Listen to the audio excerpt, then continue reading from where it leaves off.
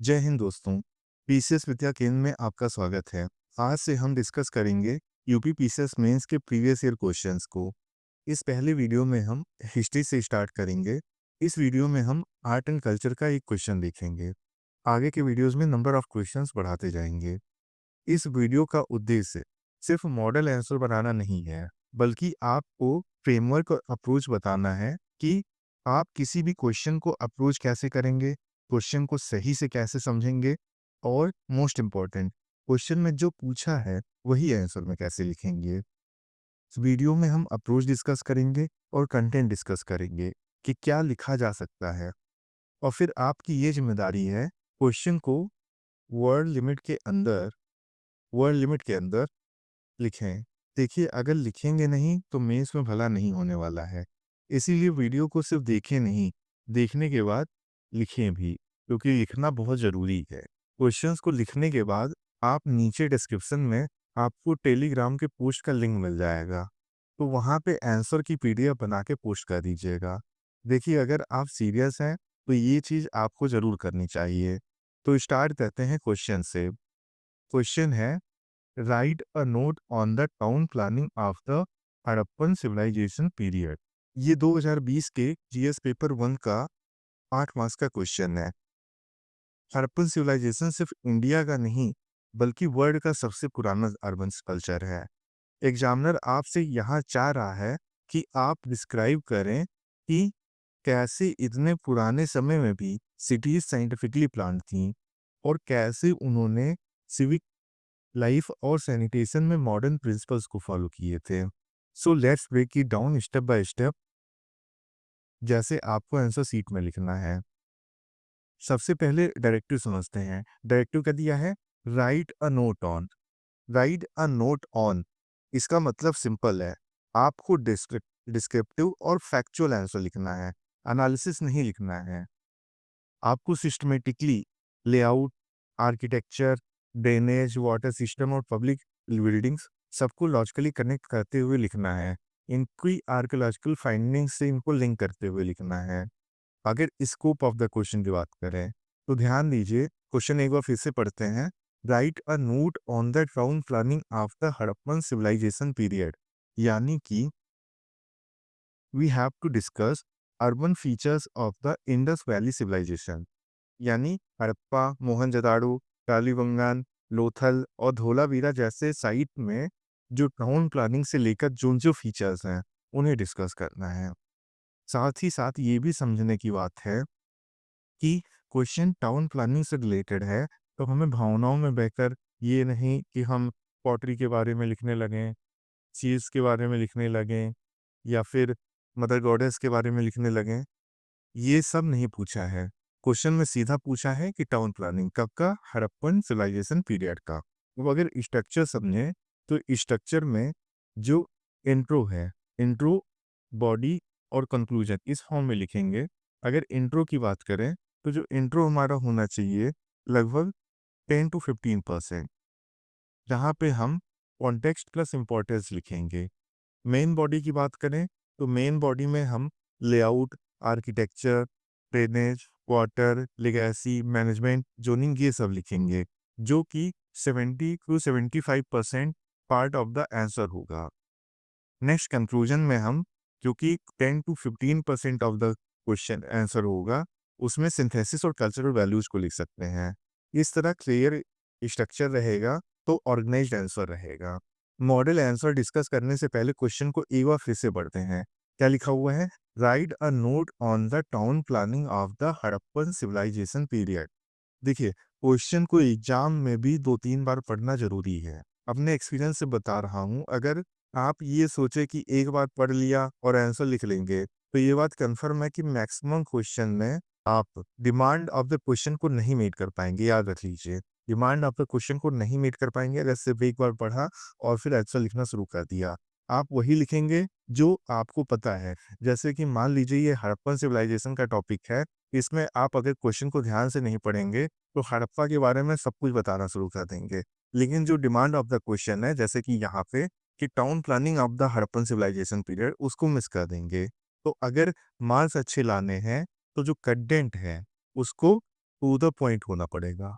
चलिए आंसर का डिस्कशन शुरू करते हैं। इंट्रोडक्शन में हम ऐसे स्टार्ट कर सकते हैं कि the Harappan and Indus Valley civilisation which was 2600 to 1900 BC marks the beginning of urban life in South Asia.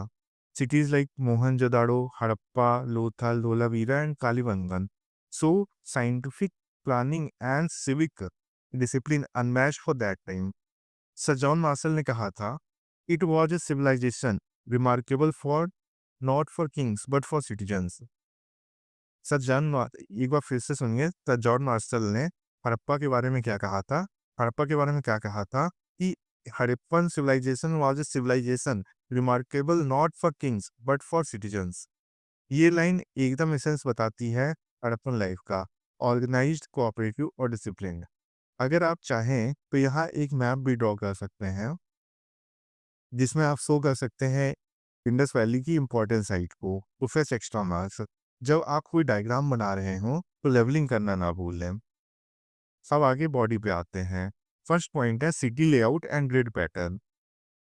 जब हम हड़प्पन सिटी की विशेषता पढ़ते हैं तो ये पाते हैं कि सभी मेजर साइट जैसे मोहनजोदाड़ो, हड़प्पा, लोथल इत्यादि एक ग्रिड पैटर्न पर बनी थी। Straight roads with 90 degree intersections, जो रोड्स थी वो 90 डिग्री इंटरसेक्शन पे इंटरसेक्ट कर रही थी और रेक्टेंगुलर ब्लॉक्स में हुई थी। हाँ, सिटीज के दो मेजर डिवीजन्स थे, एक सिटाडेल, दूसरा लोअर टाउन। कौन से दो डिवीजन? सिटाडेल और लोअर टाउन। सिटाडेल को और किस नाम से जानते हैं? अपर टाउन। सिटाडेल यानी अपर टाउन, और जो लोअर टाउन है वो रेजिडेंशियल एरिया हुआ करती थी। क्या हुआ करती थी? Residential area. अब अगर सिटाडेल की बात करें तो सिटाडेल में पब्लिक बिल्डिंग्स थे जैसे ग्रेट बाग और गंदी। और लोअर टाउन की बात करें, और अगर लोअर टाउन की बात करें तो यहाँ लोग रहते थे और काम करते थे। ये जोनिंग सिस्टम दिखाता है कि अर्बन गवर्नेंस और सिविक कंट्रोल था। आर एस शर्मा कहते हैं कि Harappan planning was the product of organise civil civic policy not random growth. इस तरीके के एक कोर्स को हम आंसर में यूज कर सकते हैं। अब अगला पॉइंट है बिल्डिंग मटेरियल एंड आर्किटेक्चर का। अगर बिल्डिंग मटेरियल की बात करें तो हमें देखने को मिलता है कि ओवरऑल हड़प्पन जो सिविलाइजेशन है, जितनी भी साइट्स मिली हैं वहाँ पे हमको सेंट्रलाइज्ड यूनिफॉर्म बिग बिग्स देखने को मिलता है जिसका रेशियो है 1:2:4। सभी साइज पर हमको सेम देखने को मिलता है। ये दिखाता है कि सेंट्रलाइज अथॉरिटी थी जिसकी वजह से हड़प्पन सोसाइटी के बीच में स्टैंडर्डाइजेशन देखने को मिलता है।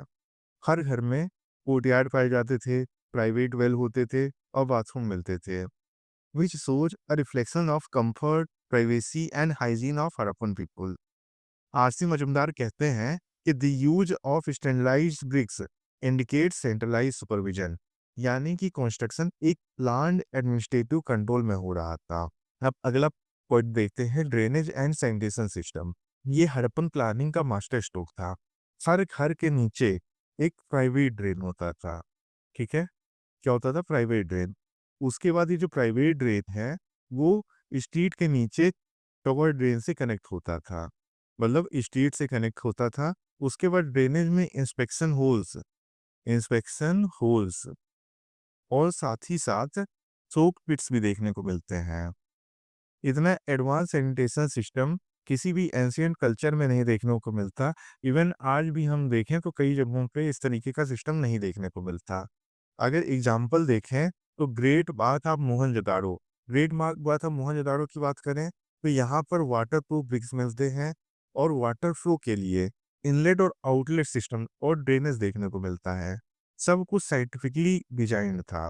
अर्नेस्ट मैके जो एक स्कॉलर हैं, वो कहते हैं कि the most complete ancient drainage system before Rome, मतलब कि हड़प्पन जो ड्रेनेज सिस्टम था वो most complete ancient drainage system था इवन बिफोर रोम, यानी रोम से हजारों साल पहले Harappan and master water management. Next point आता है water management and hydraulic engineering. अगर हम धोलावीरा की बात करें तो धोलावीरा में हमें 16 लार्ज स्टोन रिजर्वायर्स और रेन वाटर चैनल्स देखने को मिलते हैं।